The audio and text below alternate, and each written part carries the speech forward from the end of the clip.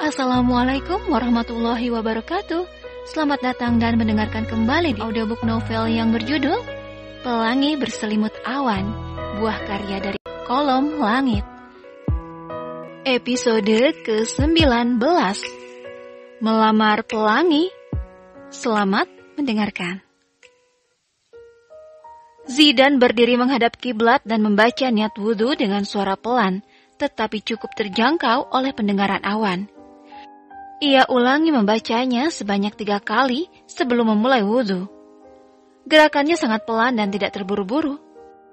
Pemuda berusia 19 tahun itu lalu membaca doa setelah wudhu dengan suara pelan dan ia ulangi juga sebanyak 3 kali, seperti niat wudhu tadi. Setelah selesai, ia pun melangkah pergi meninggalkan Awan. Sementara Awan langsung memutar keran air, Zidan yang membaca niat wudhu sebanyak 3 kali tadi sudah cukup bagi Awan untuk merekam dalam ingatannya. Begitu juga dengan urutan dan gerakan, serta doa setelah wudhu. Awan pun bergegas menuju musola setelahnya.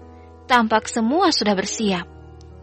"Mari nak Awan, kali ini biar nak Awan yang jadi imam," ucap Ayah Ahmad. Awan tersentak, mendadak tubuhnya terasa meremang. Pandangannya langsung tertuju kepada Pelangi seolah meminta pertolongan. Mau ditaruh di mana mukanya di hadapan sang mertua? "Biar aku saja, Ayah."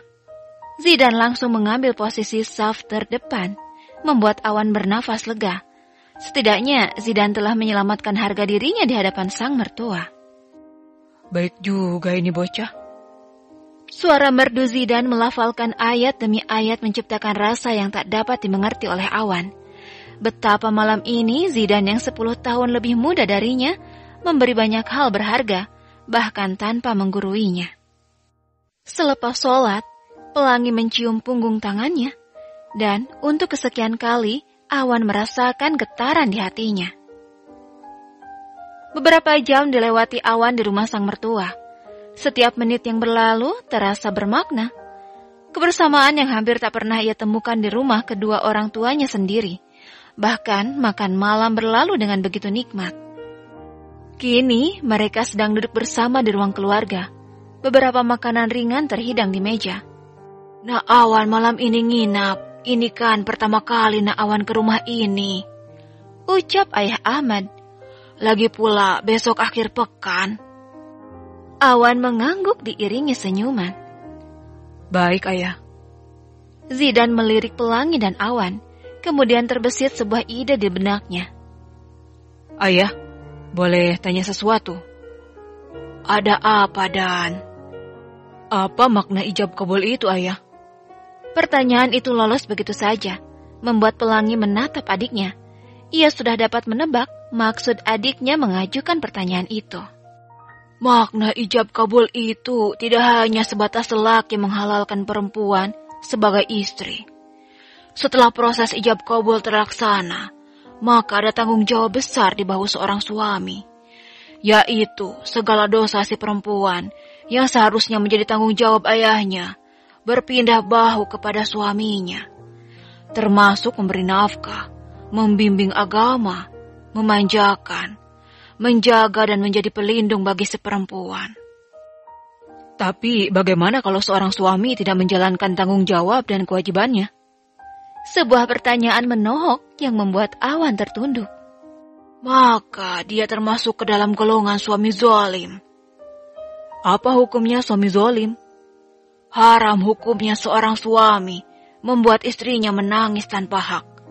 Ketika suami berbuat zalim terhadap istri, maka dia telah berdosa besar dan tubuhnya tidak lagi diharamkan dari neraka." Awan melirik Pelangi dengan duduk di sisinya. Jawaban Ayah Ahmad begitu menghujam jantung. Pelangi memang tak pernah menangis di hadapan Awan. Tetapi kalau ia mengadu kepada Tuhannya akibat rasa sakit yang diberikan suaminya. "Satu pertanyaan lagi, Ayah. Kenapa perempuan disebut tercipta dari tulang rusuk laki-laki?" "Jika Allah menginginkan wanita berkuasa di atas laki-laki, maka dia akan menciptakannya dari kepala Adam.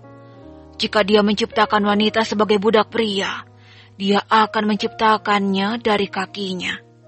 Tapi Allah menciptakannya dari rusuk pria, supaya setara dengannya. Jadi seperti halnya tulang rusuk, maka marwah istri adalah melindungi hati suaminya. Memang kenapa kamu tumben tanya tentang perkara suami dan istri? Tanya Ibu Humairah diiringi tawa kecil. Tambah pengetahuan, Bu, biar nanti nikah tidak jadi suami zolim. Baik ayah maupun ibu tertawa mendengar ucapan Zidan. Tanpa mereka sadari tujuan sebenarnya dari setiap pertanyaan itu.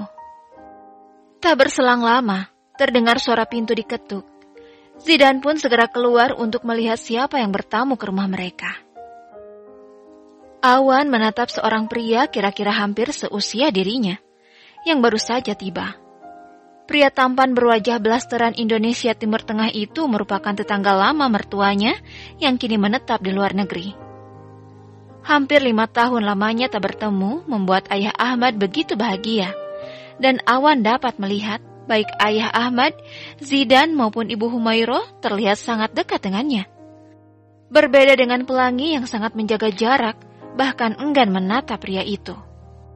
Nak Guntur, bagaimana kabar ayah ibumu? Sangat lama tidak mendengar kabar mereka. Alhamdulillah baik. Kalau tidak berhalangan, insya Allah bulan depan ayah dan ibu akan berkunjung kemari untuk menyambung silaturahim. Sahut pria itu dengan ramah. Alhamdulillah. Satu hal yang benar-benar membuat Awan tak nyaman. Sesekali pria bermata zamrud itu mencuri pandang kepada Pelangi, dan Awan pun dapat melihat betapa tidak nyamannya Pelangi dengan tatapan itu. Jika saja tidak sedang berada di rumah mertua, ia pasti sudah melayangkan bogem mentah ke wajah mulus pria itu. Maaf, saya duluan ke dalam. Pelangi meninggalkan tempat duduknya dan memilih kembali ke kamar. Awan pun bernafas lega. Setidaknya pria yang baginya aneh itu tidak perlu lagi menatap istrinya. Ayah, sebenarnya kedatangan saya ke Indonesia adalah untuk sesuatu yang penting. Sambung Guntur. Ada hal penting apa, Nak Guntur? Tanya ayah Ahmad. Kalau ayah, ibu dan Zidan setuju, bulan depan orang tua saya akan datang dari Malaysia dan bermaksud melamar Pelangi untuk saya. Punggung Awan yang bersandar langsung tegap, matanya melotot tajam. Bersambung. Terima kasih sudah mendengarkan. Mohon maaf jika ada salah kata yang dah berucapkan. Sampai jumpa lagi di episode selanjutnya. Wassalamualaikum warahmatullahi wabarakatuh.